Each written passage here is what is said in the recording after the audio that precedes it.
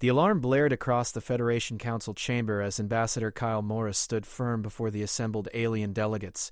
The Varaxian Prime Minister slammed 3 of his 6 appendages on the podium, his translator crackling with rage. Humanity had just declined the mandatory technology sharing protocol for the 4th consecutive cycle, and the Council wanted answers now. Kyle kept his expression neutral as holographic displays flickered around him, showing humanity's recent victories against the Krell invasion force. Ships that shouldn't exist, weapons that defied known physics, defensive shields that had made the Council's top scientists question their understanding of reality itself. The other species had contributed their best technology to the Federation's collective database as required by ancient treaty. Humanity had contributed cooking recipes and agricultural techniques. The Thelan Ambassador, a crystalline being that pulsed with angry orange light, spoke through the chamber's neural network. Her thoughts hit Kyle's mind like hammers. Why do humans refuse? Why do they hoard while others share freely? The treaty is clear. All member species must contribute their military advances. Kyle adjusted his collar and stepped forward. He had practiced this moment for weeks, knowing it would come. The Federation had grown comfortable in their superiority, convinced that humanity's recent admission meant Earth would simply fall in line with established protocols. They had been wrong. Before Kyle could respond, the Corvin military commander activated a tactical display. Footage played showing human vessels dismantling a Krell dreadnought in 47 seconds. The Krell had been the Federation's primary threat for 2 centuries. Their ships had brought entire worlds to their knees. Humanity had encountered them 6 months ago and treated them like training exercises. The Varaxian Prime Minister's voice boomed again. You have violated the Treaty of Shared Progress. Your weapons, your shields, your propulsion systems, all of it belongs to the Federation Collective. We demand immediate compliance. Kyle felt the weight of Earth's decision pressing on his shoulders. Back home, the Security Council had debated for months. Some wanted to share, to prove humanity's good intentions. Others saw the truth that Kyle now faced in this chamber. The Federation didn't want partnership. They wanted to dissect and copy everything that made humanity dangerous. The chamber fell silent as Kyle pulled a data chip from his pocket. He held it up for all to see, then placed it on the podium between himself and the assembled delegates. This contains everything you have requested, he said quietly. Every schematic, every equation, every principle behind our technology. The alien representatives leaned forward, their various appendages reaching eagerly toward the chip. Kyle raised his hand, stopping them cold. However, he continued, his voice carrying across the vast chamber, humanity respectfully declines to share this information under the current treaty framework. We propose instead a new arrangement. The Thelan Ambassador's crystalline form turned deep crimson. This is an outrage. You cannot pick and choose which Federation laws to follow. Kyle smiled for the first time since entering the chamber. Watch us. The council chamber erupted into chaos as delegates shouted in hundreds of languages. Kyle stood unmoved, knowing that Earth's fleet was already moving into position around the solar system. Humanity had made its choice. Now the Federation would have to make theirs. The Varaxian Prime Minister cut through the noise with a subsonic boom that rattled the chamber walls. His massive form loomed over Kyle as he descended from the elevated platform. You understand what you have done? This is an act of war against the entire Federation. 200 species stand united against your defiance. Kyle met the alien's multiple eyes without flinching. His earpiece crackled with an update from Earth's orbital defense network. 3 Federation scout ships had just been politely but firmly escorted out of the solar system. The message was clear. Humanity would defend its sovereignty. Is it war you want? Kyle asked, his voice steady. Because Earth has fought wars for thousands of years. We perfected it long before we reached the stars. The Federation has enjoyed peace for so long that you have forgotten what real conflict looks like. The Corvin commander activated another display. This time it showed fleet projections. The Federation could marshal 10,000 warships within a month. Humanity had perhaps 300 vessels scattered across their small corner of space. The numbers spoke for themselves, yet Kyle did not appear concerned. He gestured to the data chip still sitting on the podium. You see this as hoarding. We see it as survival. Do you know what happens when you give advanced weapons to species who have not earned them through their own development? They become dependent. They stop innovating. They stagnate. A smaller delegate, one of the insectoid Quillwrath, clicked forward on blade-like legs. Her translator rendered her chittering into words. You accuse us of stagnation? The Federation has stood for 5,000 years. We have brought peace to countless worlds. What have humans accomplished in their brief centuries among the stars? Kyle pulled up his own display showing footage from Earth's history. Wars that had consumed continents, weapons that could crack planets, technologies born from desperation and necessity. Every human advancement came with a price paid in blood and sacrifice. We learned that survival means keeping some cards close. Our ancestors made that mistake once, trusting too freely. They paid for it with extinction-level events. The chamber grew quieter as delegates absorbed the violent history of humanity's home world. They had reviewed these records during Earth's admission process, but had dismissed them as primitive barbarism. Now, seeing the direct line from ancient warfare to humanity's current technological superiority, understanding began to dawn. The Thelan ambassador pulsed with a softer yellow hue. "You fear we will misuse your technology." Kyle shook his head. "We know you will misuse it, not through malice, but through inexperience.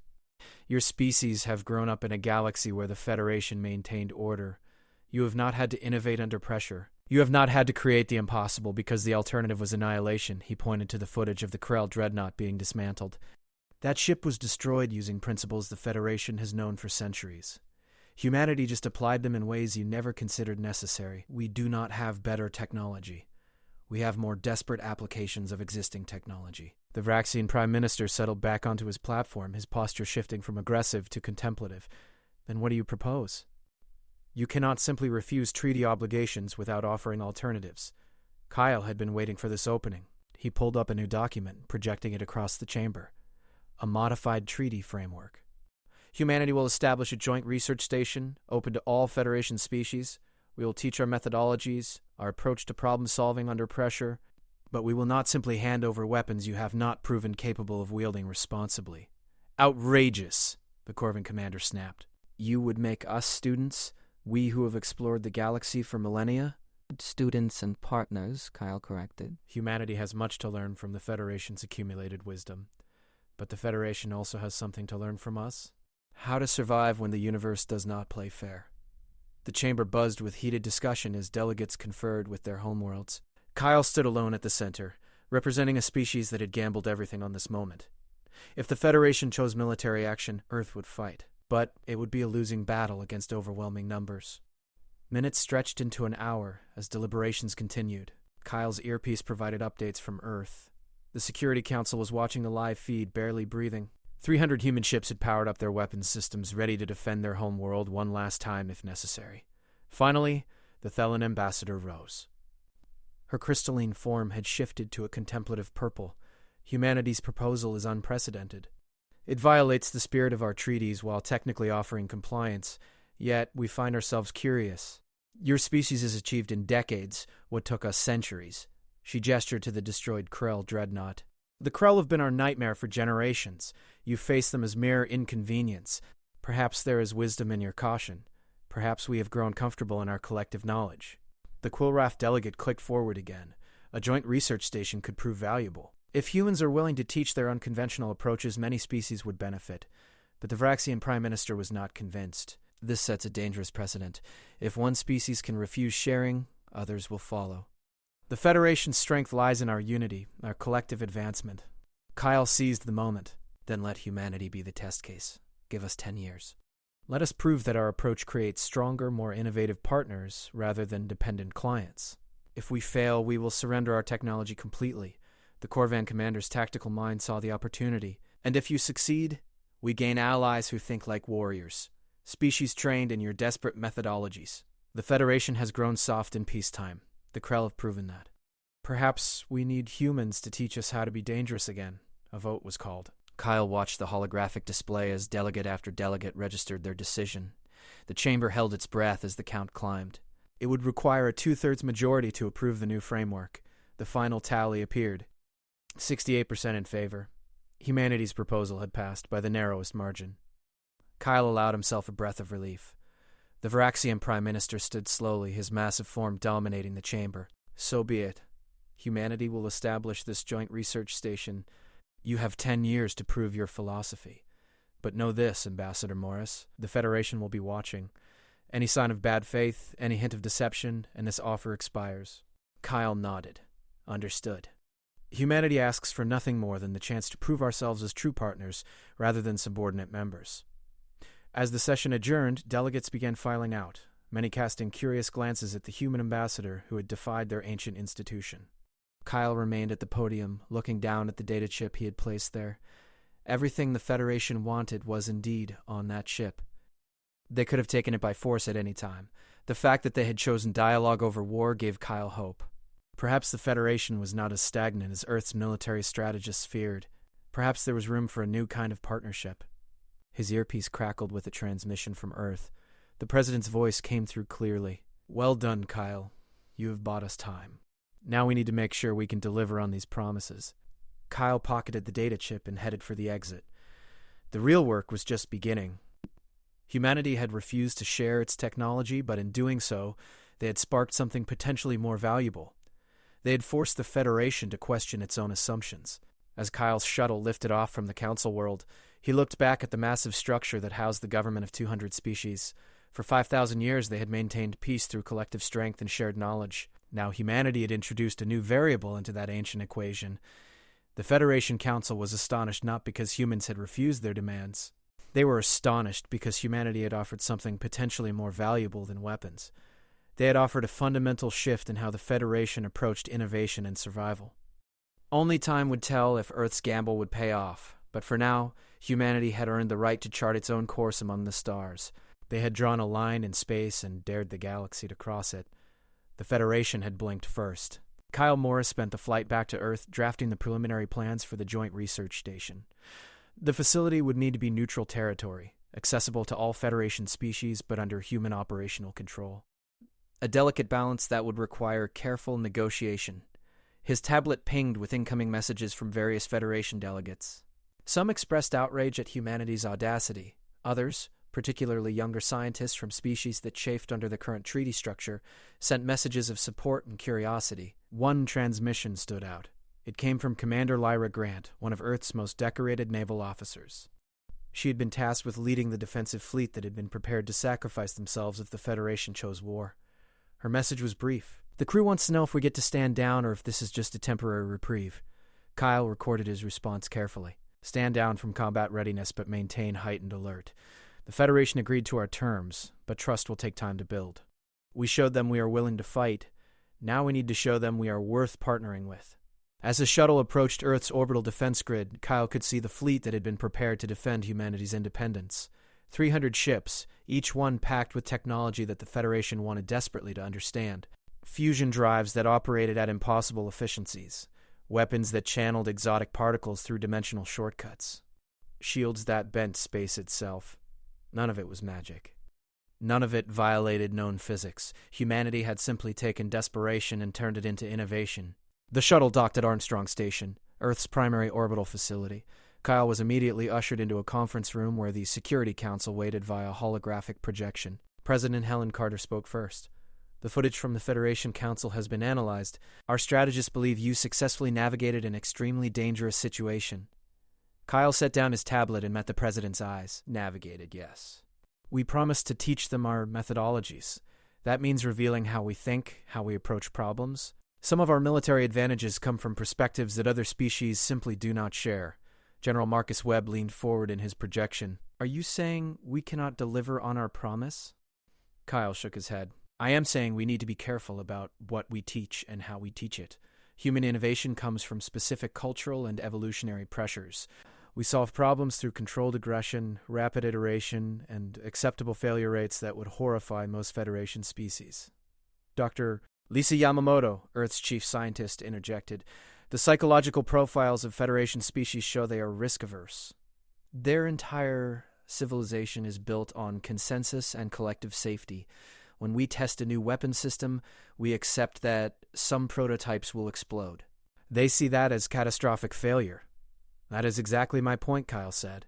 "We need to teach them that failure is not catastrophic, it is informative." Every human technological leap came after hundreds of failed attempts.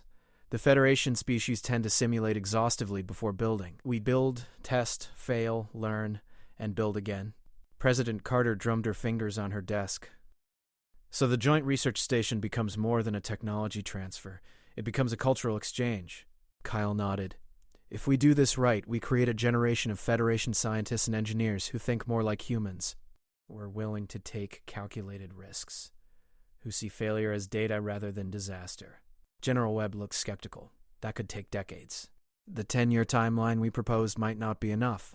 Then we focus on the species most likely to adapt quickly, Kyle suggested.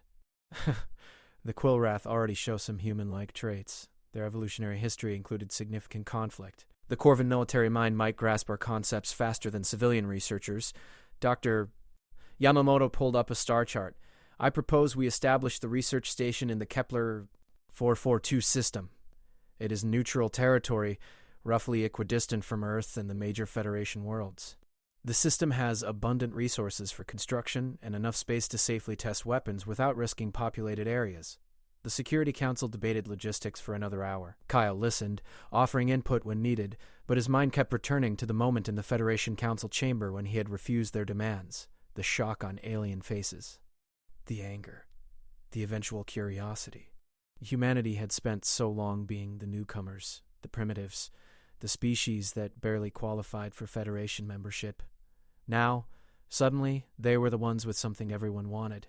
The power dynamic had shifted, and Kyle knew that power came with responsibility. After the meeting adjourned, Kyle made his way to the observation deck.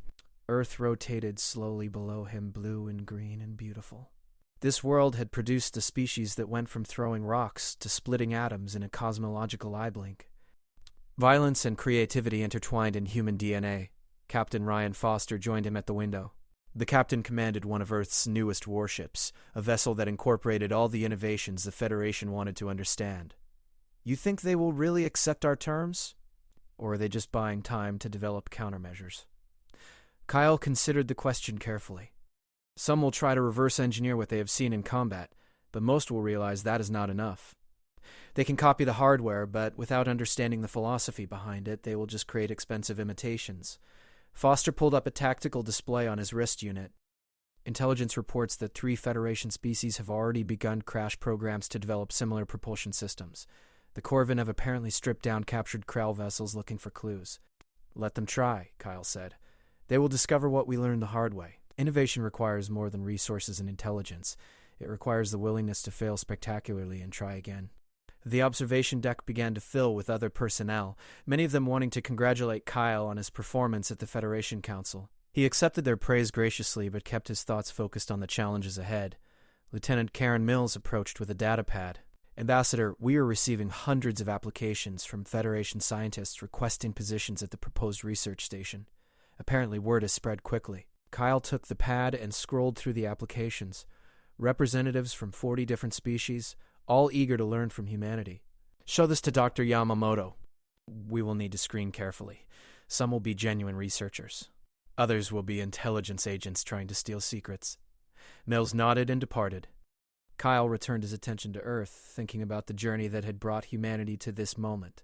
Centuries of warfare that had nearly destroyed the planet. The desperate push to the stars, driven by resource depletion and overpopulation. First contact with the Federation and the humbling realization that humans were cosmic children. But children grow up, and humanity had grown up fighting. Kyle's tablet chimed with an urgent message. Priority channel from the Federation Council. He moved to a private communication booth and accepted the transmission. The Thelan ambassador's crystalline form materialized in hologram. Her color indicated cautious optimism. Ambassador Morris, I am contacting you privately to discuss the research station. My government has authorized me to make a proposal. Kyle waited, knowing that any private proposal from a Federation delegate carried significant weight. The Thelan continued. My species would like to be the first official partners in this venture. We recognize that humanity is taking a considerable risk by sharing your methodologies.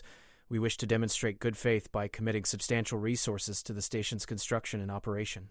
What does your government want in return? Kyle asked carefully. Priority access to the training programs, the ambassador replied. The Thelan have watched our military capabilities stagnate while threats like the Krell grow bolder. We need what you possess, not just weapons, but the mindset that creates them. Kyle felt the weight of the moment. The first major Federation species willing to fully commit to humanity's vision. Your government understands that our methodologies come from a history of conflict? That what we teach might fundamentally change how Thelan approach problem solving? The ambassador's form pulsed with determined orange. We understand, and we accept the risks. Stagnation is death. The Krell have proven that the Federation's cautious approach has limits. Perhaps it is time we learn from a species that has never had the luxury of caution. Kyle made his decision. I will recommend to my government that we accept the Thelan as full partners in the research station, but I need something from you in return. Complete transparency. If your government is using this as cover for intelligence gathering, the partnership ends immediately. The ambassador's color shifted to respectful blue. You have my word and the word of my government. We seek genuine partnership, not exploitation. After the transmission ended, Kyle sat alone in the booth, processing what had just happened. The first real partnership between humanity and a major Federation power. If the Thelan commitment was genuine, it could pave the way for others. He forwarded the conversation to President Carter with a recommendation for approval. Then he headed back to the observation deck, where Earth continued its eternal rotation. Captain Foster was still there, now joined by several other ship commanders. They were reviewing tactical data from the Krell encounters, analyzing what had made human vessels so effective against an enemy that had terrorized the Federation for centuries. Kyle listened to their discussion. They spoke casually about tactics that would horrify Federation military planners, acceptable loss ratios, kamikaze formations as feints, using ships as weapons when conventional armaments failed. The human approach to warfare was not more advanced. It was more ruthless, more creative, more willing to sacrifice. Commander Foster noticed Kyle and gestured him over.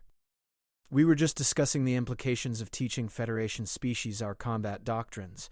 Some of the commanders are concerned we might be creating future enemies. Kyle joined the group. That is a valid concern. But consider the alternative. If we refuse to engage, the Federation either attempts to force the issue, or they remain vulnerable to threats like the Krell. Either outcome is worse than creating informed partners. A younger captain, Jake Morrison, spoke up. But what if they use our own techniques against us someday? We are essentially training potential adversaries. Kyle met the young officer's eyes. Then we stay ahead. Human advantage has never been about static superiority. It is about continuous innovation under pressure. We teach them how to think like us, and then we think beyond that. The group fell silent, contemplating the long-term implications. Finally, Captain Foster spoke. It is a gamble. But humanity's entire existence has been one gamble after another. Why stop now? Kyle smiled grimly. Exactly. And we have one more advantage. Every human alive today grew up knowing our world nearly died multiple times. That existential awareness drives us in ways that species who have never faced extinction cannot match. The meeting broke up as various officers returned to their duties. Kyle remained at the observation window, watching Earth and thinking about the research station that would soon take shape in the Kepler 442 system. His tablet pinged again. This time it was Dr. Yamamoto with preliminary designs for the station. She had worked quickly, assembling a team that understood both the technical requirements and the diplomatic sensitivities. The design was elegant. Multiple modules arranged around a central hub, each one dedicated to different areas of study. Weapons development, propulsion systems, defensive technologies, and, most importantly, a section dedicated to teaching the human approach to problem-solving itself. Kyle sent his approval and added a note. Make sure there are spaces for failure. Reinforce testing bays where things can explode without destroying the station. If we are teaching Federation scientists that failure is acceptable, we need to provide safe environments for those failures. Dr. Yamamoto responded immediately. Already incorporated, we are designing blast chambers that can contain fusion reactions. If we are doing this, we are doing it properly. Kyle felt a surge of pride in his species. Humanity had come so far, so fast. From a single planet to a force that had made the entire Federation reconsider its foundational principles. His communicator buzzed with an incoming call from Earth's surface. Admiral Lisa Parker, commander of the Home Fleet. Kyle accepted the transmission. The Admiral's face appeared, stern and professional. Ambassador, we have detected unusual ship movements near the solar system's edge. 3 vessels of unknown configuration holding position just outside scanner range. Kyle's stomach tightened. Federation surveillance or something else? Unknown, Parker replied. They are using stealth technology we have not encountered before. Not Krell and not any registered Federation design.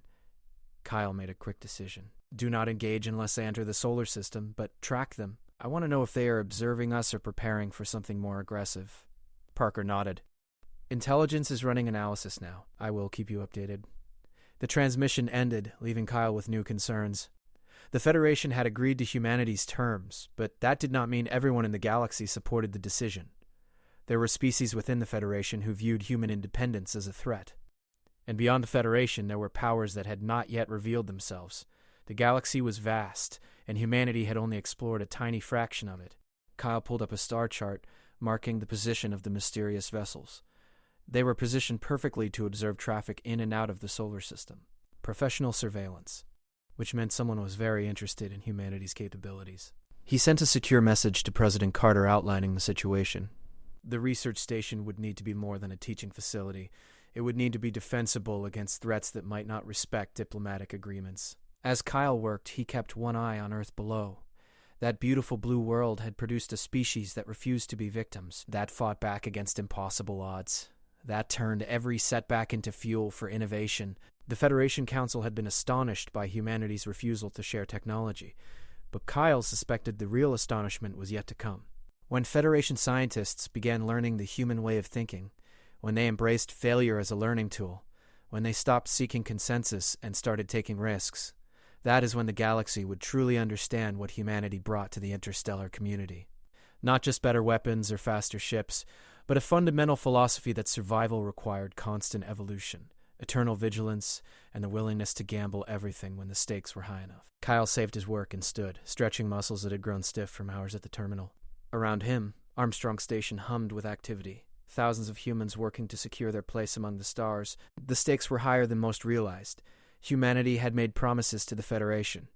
They had drawn lines in space. They had gambled that their way of thinking was valuable enough to justify defying ancient treaties. Now came the hard part, proving it. Kyle made his way through the station's corridors, heading for the command center. If mysterious ships were watching Earth, he needed to be where decisions would be made. The diplomatic victory at the Federation Council meant nothing if humanity could not back it up with strength. Commander Foster met him at the command center entrance. We have identified the ships. They are Sindarin, a species from the Federation's outer rim, known for their information brokering. Kyle processed this quickly. So someone hired them to observe us. The question is who? Foster pulled up intelligence files on the Sindarin. They work for the highest bidder. Could be a Federation faction that opposed our treaty revision. Could be external powers curious about the new players on the galactic stage. Either way, Kyle said, we need to assume everything we do is being watched and analyzed. That actually works in our favor. Let them see that humanity is serious about defending its sovereignty. Foster grinned. We have already sent a squadron to shadow the Sindarin ships. Not aggressive, just making it clear that we know they are there. Good, Kyle approved.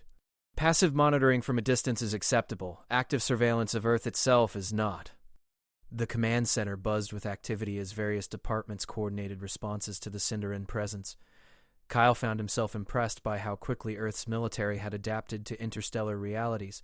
Less than a decade ago, they were still learning to navigate between planets. Now they were playing sophisticated games of cat and mouse with species that had been spacefaring for millennia. A junior officer approached with updated reports. Ambassador, we are receiving diplomatic inquiries from 17 Federation species. All of them want clarification on eligibility for the Research Station Partnership Program. Kyle took the report and scanned it quickly. 17 species out of 200, not a majority, but a significant interest group. Forward these to Dr. Yamamoto's team. We will need to develop selection criteria. Priority to species whose philosophies already align with human approaches to innovation. The officer departed, and Kyle turned his attention to the main display screen. It showed the solar system with all tracked vessels marked. Earth's defensive fleet. The Sindarin observers. Merchant traffic from Federation worlds. And further out, the scattered human colonies that had been established over the past century. Humanity's empire was tiny compared to most Federation members. But it was growing, and more importantly, it was unified in ways that the sprawling Federation could never match. Every human alive remembered the near-extinction events that had driven their species to the stars. That shared trauma created bonds stronger than any treaty. Kyle's communicator buzzed again. This time it was President Carter. Kyle, we have received a formal invitation from the Thelan government. They want to host a summit to discuss the Research Station Partnership. This would be the first time a human head of state has visited a core Federation world. Kyle considered the implications. It is an opportunity to demonstrate good faith, but also a risk. The Thelan are trustworthy, but there are factions within the Federation who might see it as an opportunity. Carter nodded. I am aware. That is why I want you there with me. You understand the political landscape better than anyone. We leave in 3 days. Understood, Madam President. I will prepare briefing materials on Thelan culture and protocols. After the call ended, Kyle returned to his observation of the command center. 3 days to prepare for humanity's most important diplomatic mission yet. The success or failure of the research station partnership would likely be determined by what happened at that summit. Commander Foster appeared at his side again. Penny, for your thoughts? Kyle smiled at the ancient idiom. I am thinking that humanity is about to find out if we can actually deliver on our promises. The Federation gave us 10 years to prove our approach works, but if this summit goes poorly, we might not get 10 months. Foster crossed his arms. Then we make sure it goes well. We have faced worse odds than a room full of skeptical aliens. Kyle laughed, tension breaking. True enough, but usually when we face worse odds, we have weapons to fall back on. Diplomacy is a different kind of warfare. The same principles apply, Foster insisted. Know your enemy. Understand their motivations. Strike at their weaknesses while defending your strengths. You are just using words instead of missiles. Kyle clapped the commander on the shoulder. That is exactly the kind of thinking that makes humans dangerous. We apply warfare principles to everything. Maybe that is what we should teach the Federation. Not how to build better weapons, but how to approach every problem with strategic thinking. Foster's eyes lit up. That is actually brilliant. Frame the research station as a strategic innovation center rather than a weapons development facility. The Federation cannot object to teaching strategic thinking. Kyle pulled out his tablet and began making notes. The summit with the Thelan just became even more important. If we can get them to embrace this framing, other species will follow. Strategic innovation as the core philosophy rather than military superiority. The two men worked together for the next hour, refining the concept. By the time they finished, they had transformed the research station from a potentially controversial military project into a philosophical initiative that aligned with Federation values of collective advancement. Kyle sent the revised framework to President Carter and Dr. Yamamoto. Then he made his way back to his quarters, exhausted but energized. Humanity had stumbled onto something potentially revolutionary, not by being more advanced, but by thinking differently about advancement itself. As he lay in his bunk staring at the ceiling of his small cabin, Kyle reflected on the journey that had brought him here. A career diplomat thrust into the most important negotiation in human history, the weight of an entire species resting on his ability to convince alien civilizations that humanity deserved a seat at the galactic table. The Federation Council had been astonished by humanity's refusal to share technology, but Kyle knew the real astonishment would come when they realized what humanity was actually offering. Not weapons, but a mindset. Not technology, but methodology. Not power, but partnership based on mutual growth. It was ambitious. It was risky. It was utterly human, and Kyle would not have it any other way. 3 days later, Kyle stood on the observation deck of the diplomatic vessel Horizon as it approached the Thelan homeworld. President Carter stood beside him, both of them wearing formal attire designed to convey respect for Thelan culture while maintaining human dignity. The planet below was breathtaking. Massive crystalline structures jutted from the surface, catching and refracting sunlight into spectacular displays of color. The Thelan had literally built their civilization from living crystal, structures that grew and evolved over centuries. "This is beautiful," President Carter murmured. "I had seen images, but they do not do it justice." Kyle nodded. The Thelan are an ancient species with deep cultural roots. Everything they build is designed to last millennia. It is a stark contrast to human architecture, which we design to be replaced and upgraded every few decades. "Different philosophies," the president observed, "but perhaps complementary. They build for permanence. We build for adaptability. Together, we might find balance." The Horizon descended through the planet's atmosphere, escorted by Thelan defense vessels that moved with surprising grace for crystalline constructs. Kyle noted their weapon systems, less advanced than human designs but elegantly integrated into the ship's structure. A welcoming committee waited at the landing pad. The Thelan Prime Minister, her crystalline form glowing soft gold in greeting, stood at the center of a delegation that represented the planet's ruling council. Kyle had studied Thelan protocols extensively, and he knew that the gold coloring indicated genuine warmth and respect. President Carter descended the ramp first, Kyle 2 steps behind. The meeting was being broadcast across both human and Thelan space, a public demonstration of the new partnership. "Madam President Carter," the Prime Minister's voice resonated through their neural translators. "On behalf of the Thelan people, I welcome you to our world. Your presence here marks a historic moment for both our species." Carter bowed in the Thelan style, a gesture of equals meeting. "Prime Minister, I am honored to be the first human leader to visit your beautiful world. My species looks forward to learning from your ancient wisdom while sharing what modest insights we have gained." Kyle approved of Carter's phrasing, respectful without being submissive. The Federation might view humans as upstarts, but Carter was establishing that Earth would engage as equals. The delegation moved from the landing pad to a massive crystalline structure that served as the Thelan Government Center. Inside, Kyle felt as though he was walking through living gemstone. Walls pulsed with soft light, and the air thrummed with harmonic frequencies that seemed to communicate beyond words. The Thelan had prepared a conference chamber that accommodated both species' needs. Human-style seating alongside crystalline pedestals, atmospheric controls that balanced Thelan preferences for higher humidity with human requirements. Small touches that demonstrated genuine effort to create common ground. Once the formalities were complete and the delegation settled, the Prime Minister began the substantive discussions. We have reviewed humanity's revised proposal for the Joint Research Station. Your framework, emphasizing strategic innovation rather than pure weapons development, has garnered significant support within our government. Kyle leaned forward slightly. May I ask what aspects of the proposal resonated most strongly? The Prime Minister's form shifted to thoughtful purple. The recognition that innovation requires methodology as much as resources. The Thelan have vast manufacturing capacity and deep scientific knowledge, but we have grown cautious. Conservative. Our last major military innovation occurred 3 centuries ago. Kyle saw his opening. That is precisely what humanity hopes to address.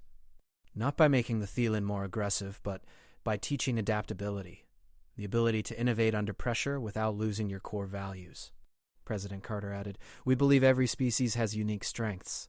The Thelan gift for long-term planning combined with human capacity for rapid adaptation could create something neither species could achieve alone. The Thelan council members pulsed with various colors, indicating debate and consideration. Finally, another counselor spoke, his form shifting to curious blue. We have studied the footage of human vessels engaging the Krell.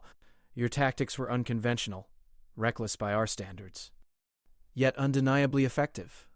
Can such approaches be taught to species who do not share your evolutionary background? Kyle had anticipated this question. He had spent weeks developing an answer.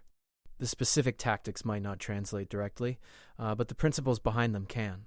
The willingness to accept calculated risk, the practice of rapid prototyping, the understanding that failure provides valuable data. These are not uniquely human traits. They are disciplines that can be learned. The Prime Minister seemed to glow brighter. Then let us discuss the structure of this partnership. The Thelan government is prepared to commit substantial resources. We propose that the research station include a dedicated wing for Thelan human collaborative projects. Equal leadership, shared decision-making, genuine partnership. President Carter exchanged a glance with Kyle. This was more than they had hoped for. The Thelan were not just accepting human terms. They were proposing deeper integration.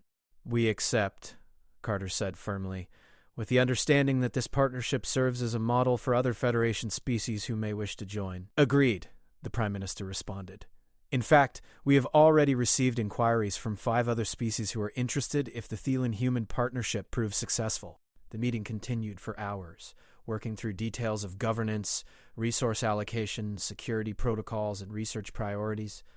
Kyle found himself impressed by the Thelan delegation's thorough preparation. They had clearly put significant thought into making the partnership work. As the formal session concluded, the Prime Minister requested a private conversation with President Carter and Kyle. They were led to a smaller chamber where the walls themselves seemed to sing with crystalline harmonics. The Prime Minister's form shifted through several colors before settling on earnest orange. I must speak candidly. There are factions within the Federation who view humanity's independence as dangerous. Some species believe you are destabilizing a system that has maintained peace for millennia. Kyle nodded. We are aware. That is why this partnership is so important. We need allies who understand our intentions. More than allies, the Prime Minister corrected. The Thelan need what humanity offers. Our military struggled against the Krell. We lost 14 ships in our last engagement. Then we watched human vessels destroy Krell dreadnoughts in minutes. That disparity terrifies our military command. President Carter leaned forward. You fear being left behind as threats evolve? We fear extinction, the Prime Minister said bluntly. The galaxy is becoming more dangerous. The Krell are not the only threat. There are rumors of worse things stirring in unexplored regions.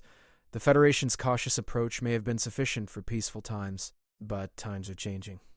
Kyle felt the weight of those words. The Thelan were not just interested in human innovation. They were desperate for it, which meant the stakes were even higher than he had realized. What do you know about these other threats? The Prime Minister's form darkened to troubled gray. Little concrete. Mostly reports from scout ships near the Galactic Rim. Entire colonies disappearing, ships vanishing without distress calls. The Federation councils kept this information restricted to avoid panic. Kyle and Carter exchanged looks. This changed everything.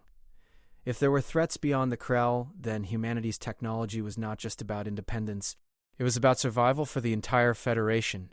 We will share what we know with you, Carter decided, but this information needs to go both ways. If the Federation is facing existential threats, humanity needs to know. The Prime Minister agreed immediately. Full information sharing between our species. No more secrets between partners.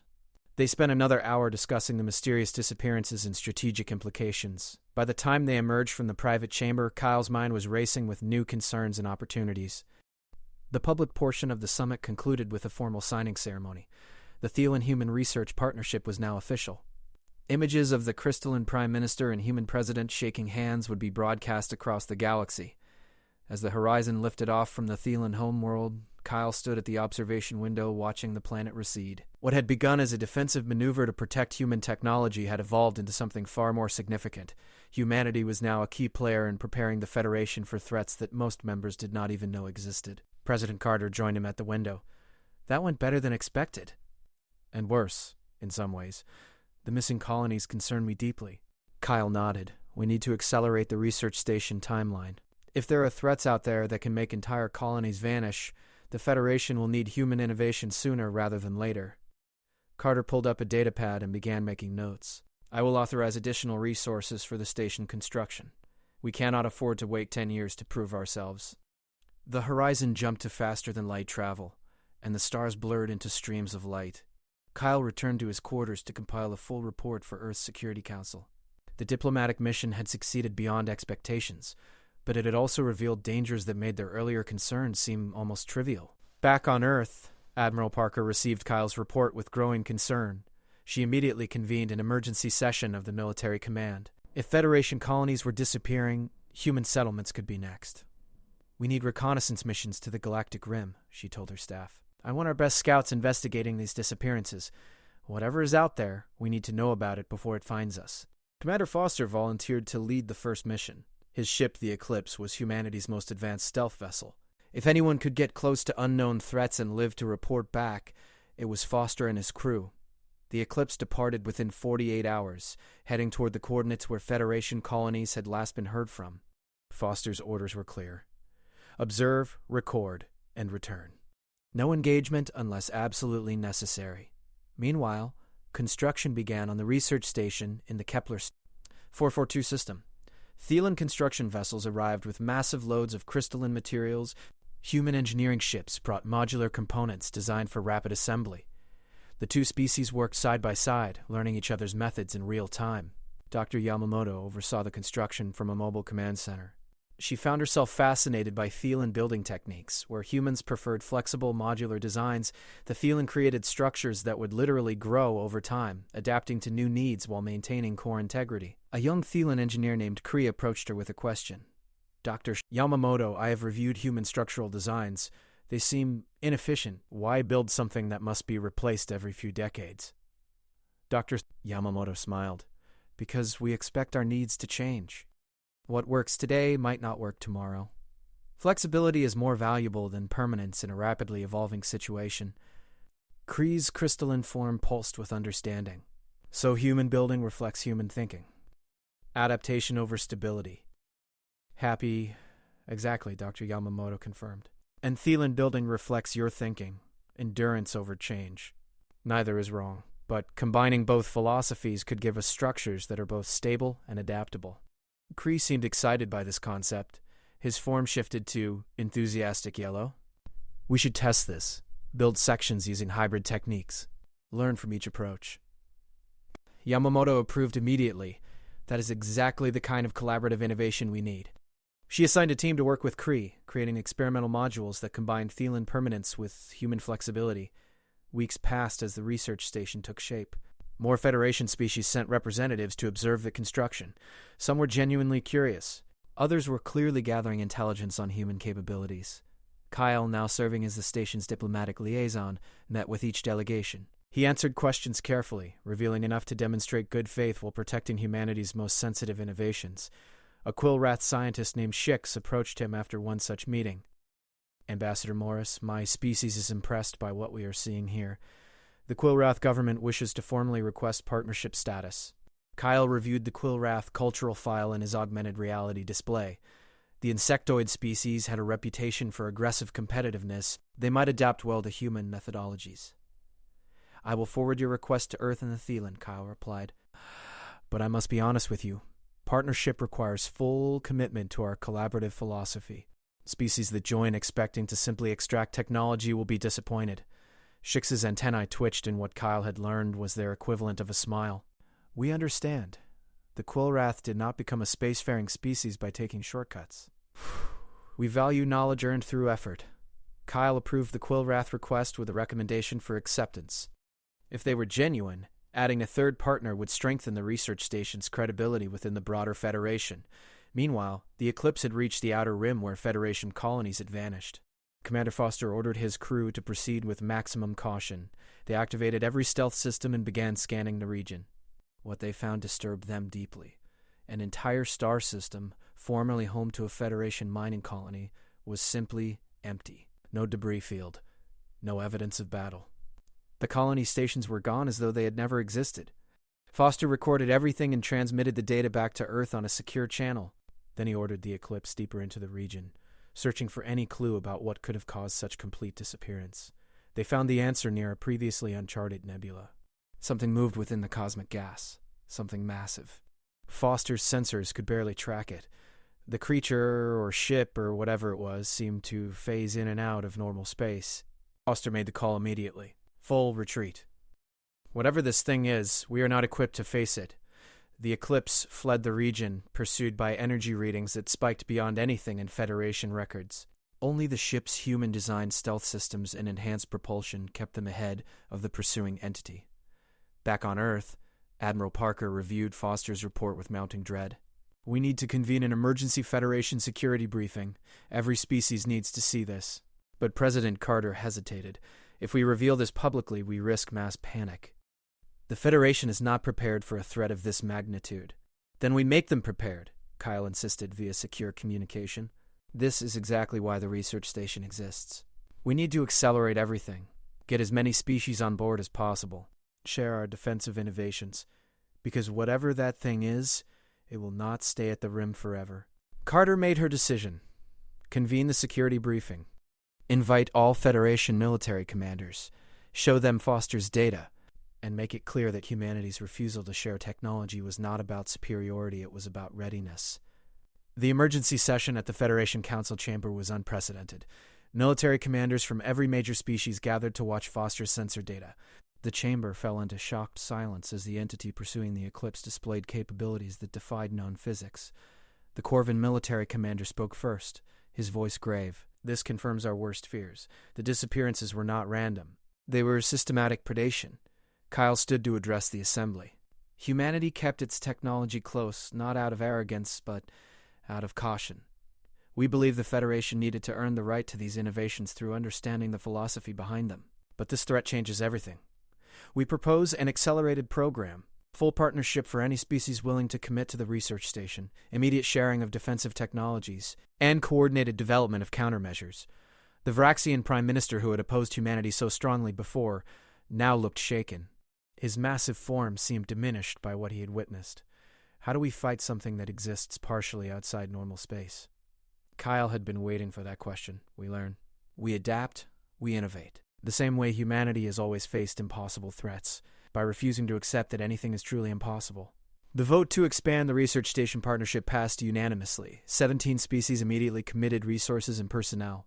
Even those who had opposed humanity's original proposal now recognized that survival required setting aside pride and prejudice. Construction on the research station accelerated dramatically. What had been planned as a decade-long project was now being completed in months. Hundreds of ships from dozens of species converged on the Kepler 442 system, all working toward a common goal. Dr. Yamamoto found herself coordinating a staff that had grown from dozens to thousands. Scientists and engineers from across the Federation worked side by side with human specialists, learning the human approach to rapid innovation. The first major breakthrough came from an unexpected source. Kree, the young Thelan engineer, combined his species' knowledge of crystalline structures with human plasma containment principles. The result was a shield system that could phase between states, making ships harder to target by entities that existed partially outside normal space. Dr. Annie Yamamoto immediately authorized full-scale testing. If Kree's hybrid shield worked, it could be the key to defending against the Rim threat. The test succeeded spectacularly. The hybrid shields not only worked, but exceeded projections. Ships equipped with the new technology became nearly invisible to sensors tuned for normal matter energy signatures. Kyle witnessed the test from the station's observation deck. This is what we hoped for. True innovation born from combining different perspectives. But there was no time to celebrate. Reports continued to stream in from the Rim. More colonies disappeared. The entity, or entities, were moving closer to populated Federation space. Admiral Parker assembled a task force of human and Thelan vessels equipped with the new shields. Commander Foster volunteered to lead the mission back to the Rim. This time, they would not run. They would observe, analyze, and, if necessary, engage.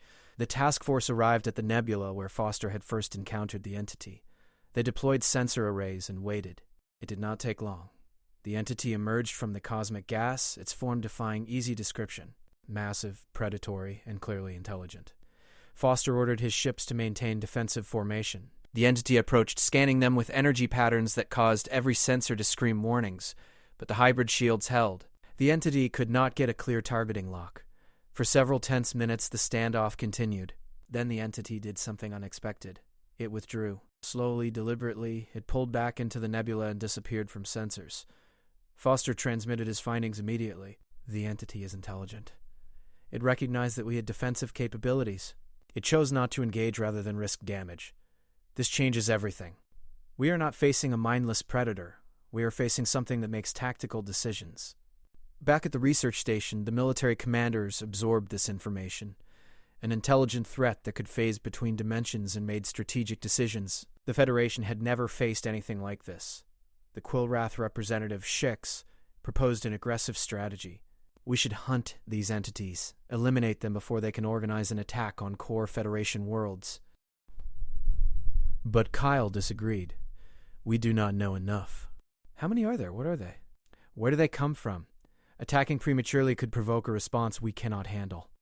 The Corvin commander supported Kyle's caution. We need reconnaissance. Intelligence gathering. Build a comprehensive understanding before committing to military action. It was decided. The task force would continue operating at the Rim, mapping entity movements and gathering data. Meanwhile, the research station would focus on developing better sensors and weapon systems designed specifically to counter dimensional phase threats. Months passed in a blur of activity. The research station became the Federation's primary hub for innovation and strategic planning. Species that had spent millennia operating independently now worked together with unprecedented cooperation. Kyle watched it all with a mixture of pride and concern. Humanity had achieved what they set out to do. They had forced the Federation to recognize the value of human innovation, but the cost might be confronting a threat that could destroy them all. Dr. Yamamoto's team made steady progress on new weapon systems. By studying the entity's energy signatures, they developed torpedoes that could partially phase between dimensions. In theory, these weapons could hurt something that existed in multiple states simultaneously. Commander Foster's task force tested the new weapons against smaller entities discovered near the Rim. The results were promising. The dimensional torpedoes proved effective, though the entities were quick to adapt their defensive patterns. We are in an innovation race, Foster reported. These things learn fast. Whatever we develop, they counter within weeks. That is when Kyle had a realization. We are thinking about this wrong. We are treating the entities as a military problem. But what if they are something else entirely? He convened a meeting with the research station's leading xenobiologists and physicists. If these entities phase between dimensions, what if they are not invading our space? What if we are overlapping with their space? The suggestion sparked intense debate. If Kyle was right, then the disappearances might not be attacks, but rather conflicts over shared dimensional territory, which meant diplomacy might be an option. The Thelan Prime Minister was skeptical when Kyle presented the theory. How does one negotiate with beings that exist partially outside our reality? Kyle smiled grimly, very carefully, and with the understanding that communication might look nothing like what we expect. A team was assembled. Linguists, mathematicians, quantum physicists, and even artists. Their goal was to develop a communication framework that could bridge the gap between normal space and whatever dimension the entities called home. It took months of work, countless failed experiments. Resources poured into projects that produced no results. But slowly, painfully, They began to make progress. Patterns emerged in the entity energy signatures. Not language exactly, but information, intent, emotion perhaps. Dr. Lisa Chen, a human physicist, had the breakthrough. She realized the entities communicated through quantum entanglement states. They were not sending messages. They were creating shared information fields. Using this principle, the research team developed a quantum communication array. In theory, it would allow real-time information exchange with the entities. In practice, it had never been tested with an actual entity present. Commander Foster volunteered his ship for the first contact attempt. The Eclipse returned to the rim with a new communication array installed. They found an entity quickly, the same one Foster had encountered months before. The entity approached as expected, but this time, instead of scanning aggressively, it seemed to pause. The communication array was active, broadcasting humanity's carefully crafted message. We mean no harm. We seek understanding. Let us coexist in peace. For long minutes, nothing happened. Then the entity responded. Not with words, but with a flood of quantum-entangled information that nearly overwhelmed the Eclipse's computers. Images, concepts, emotions, all compressed into a single burst of data. Dr. Chen worked frantically to decode the message. When she finally succeeded, her face went pale. Commander, you need to see this. The entity's message was clear. They were refugees, fleeing from something worse. The dimensional phasing was not aggression, it was survival. And what they were running from was coming.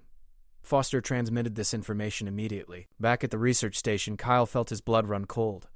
The entities were not the threat. They were the warning. An emergency session of the Federation Council was convened. Kyle stood before the assembled delegates once more, but this time the mood was very different. No anger, no posturing, just fear and determination. We have learned that the entities at the rim are fleeing from an invasion in their home dimension. That invasion is spreading. It will eventually breach into our space. We have, at best, a few years to prepare. The chamber erupted in panic. Delegates shouted questions and accusations. How could this happen? Why were they not told sooner? What could they possibly do against an invasion from another dimension? Kyle waited for the noise to die down. Then he spoke again, his voice cutting through the chaos. This is why humanity refused to simply hand over technology. This is why we insisted on teaching methodology instead of just sharing weapons. Because facing an existential threat requires more than advanced hardware. It requires the ability to innovate under pressure, to adapt when confronted with the impossible, to keep fighting when every logical analysis says you should surrender. He paused, letting his words sink in. Humanity has faced extinction multiple times in our short history. We learned that survival requires refusing to accept defeat. That lesson is what we offer the Federation now, not as superiors but as species who have walked this path before. The Thelan Prime Minister rose, her crystalline form glowing with determined gold. Then we must walk it together, every species. Every resource, united by necessity if not by choice. The Varaxian Prime Minister added his voice. The research station becomes our war college. Humanity trains our forces. We pool our technologies, and we prepare for what is coming. Over the following months, the Federation transformed. Centuries of cautious consensus gave way to urgent action. The research station expanded again, now hosting military academies teaching human combat doctrine alongside civilian researchers developing new technologies. Kyle found himself at the center of it all, coordinating between dozens of species with different needs, capabilities, and cultural approaches to warfare. It was exhausting. It was necessary, and somehow, it was working. Captain Morrison, the young officer who had worried about training future enemies, now commanded a mixed-species squadron. He reported that the integration was proceeding better than expected. Alien crews were learning human tactics. Human crews were learning alien perspectives. The combination was creating something genuinely new. Dr. Yamamoto's research teams made breakthrough after breakthrough, combining Thelan materials science with human weapons principles. Quillrath aggressive strategies with Corvin defensive formations. Every species contributed their unique strengths, and the whole became greater than the sum of parts. But always, in the back of everyone's mind, was the knowledge that time was running out. The entity refugees provided what intelligence they could, but their understanding of the invasion was limited. They knew only that it consumed everything in its path and could not be stopped, only delayed. Commander Foster led increasingly daring reconnaissance missions, pushing deeper into the affected regions of dimensional space. His reports painted a grim picture. The invasion was methodical, overwhelming, and appeared to be accelerating. Kyle met with President Carter to discuss worst-case scenarios. If we cannot stop this invasion, we need evacuation plans, protocols for preserving knowledge and culture. Humanity survived one near extinction. We can survive another, if necessary. Carter looked older than her years. Kyle, I did not become president to oversee the end of human civilization. We find a way to stop this, whatever it takes. The breakthrough came from an unexpected source.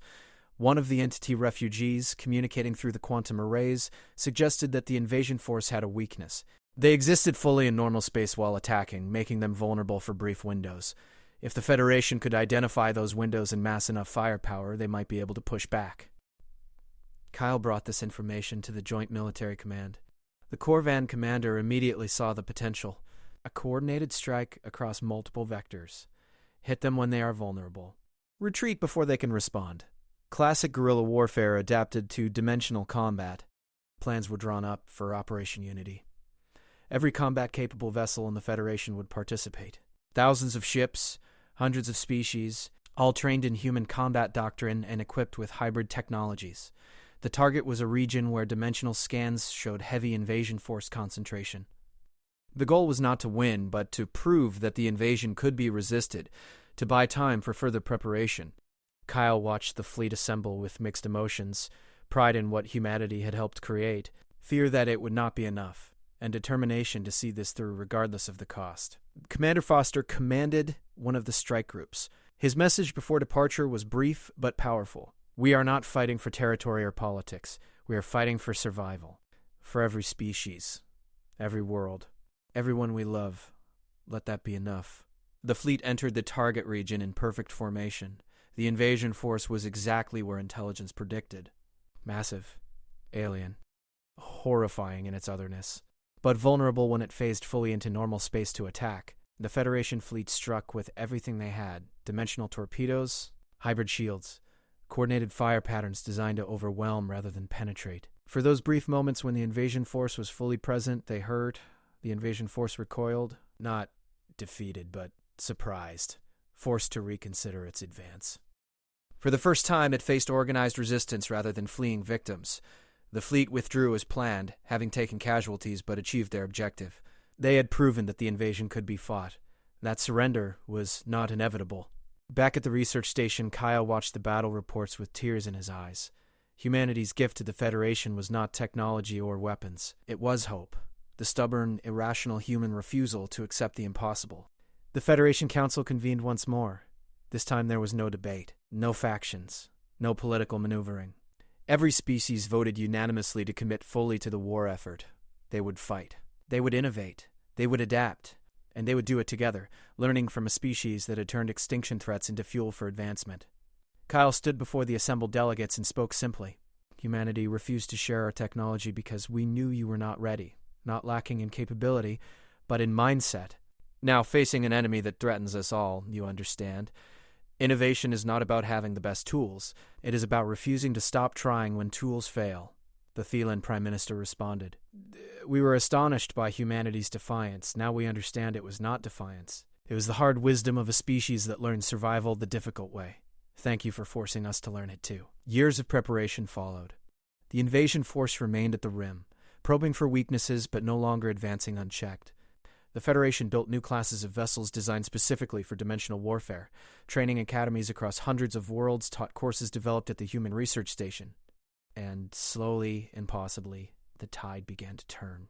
Not through superior firepower or advanced technology alone, but through the relentless human approach to problem solving. Try, learn, try again. Never stop adapting. Kyle Morris eventually retired from active diplomacy, though he remained a consultant to the Joint Military Command. He watched with satisfaction as species that had once barely tolerated each other now cooperated seamlessly. The Federation had been forced to evolve, and in evolving, had become something stronger. On his last day at the research station, now a massive complex hosting tens of thousands of personnel from across the galaxy, Kyle stood at the observation deck looking out at the fleet maneuvers, mixed-species crews running drills with precision that would have seemed impossible years before. Dr. Yamamoto joined him, also ready for retirement. We did it, she said quietly. Not what we set out to do, but something better. Kyle nodded. We wanted to protect human independence. Instead, we created genuine partnership. Forced by necessity, perhaps, but real nonetheless. A young officer approached a Thelan named Kree, who now commanded one of the station's research divisions. Ambassador Morris, Dr. Yamamoto. The new class of vessels is ready for trials. We used principles both our species contributed. Neither could have developed them alone. Kyle smiled. That is what makes them special. The best of both worlds, or in this case, the best of many worlds. As Kyle prepared to return to Earth one final time, he reflected on the journey. Humanity had refused to share technology, and in doing so, had shared something far more valuable. They had shared their spirit, their determination.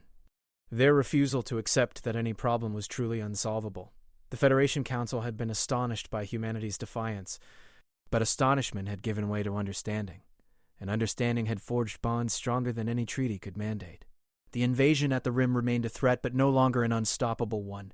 The Federation had learned to fight, to adapt, to think like humans while maintaining their own unique perspectives. And Kyle knew, as his shuttle carried him home to Earth one last time, that humanity's greatest gift to the galaxy was not fusion drives or dimensional shields or quantum weapons.